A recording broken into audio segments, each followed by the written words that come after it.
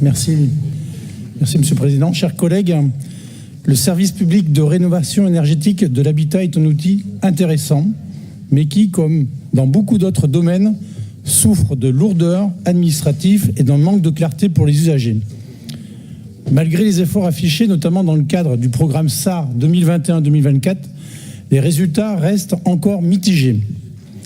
Si la couverture du territoire a été élargie et le nombre de conseillers augmenté, l'impact réel sur les ménages, en particulier les plus modestes, reste limité en raison de procédures complexes et d'un reste à charge souvent dissuasif. Par ailleurs, le récent PLF 2025 est un exemple marquant du désintérêt de la part de l'État de la rénovation de l'habitat privé. En 2024, le budget alloué à l'Agence nationale de l'habitat, l'ANA, s'élevait à plus de 6,2 milliards d'euros, dont plus de 5 milliards étaient destinés à la rénovation énergétique. Pour 2025, le PLF fixait à 4,6 milliards d'euros les crédits dédiés à la rénovation énergétique, soit une baisse de 20,5% par rapport à l'année précédente.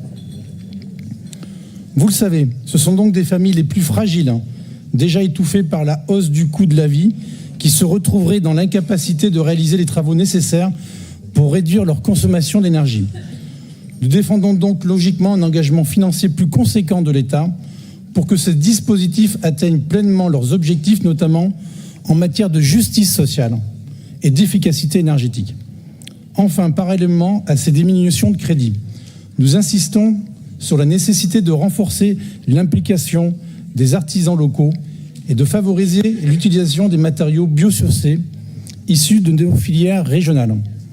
Ainsi, bien que nous restons attentifs à l'avenir de ce dispositif, les améliorations constatées nous permettent d'adopter un positionnement favorable pour cette nouvelle convention. Nous voterons donc pour, tout en veillant à ce que les promesses de simplification et d'efficacité soient réellement tenues. Merci, Monsieur le Président. Et je vous ai entendu, oui, nous sommes écolos. Vous allez finir écolo, oui, nous sommes écolos.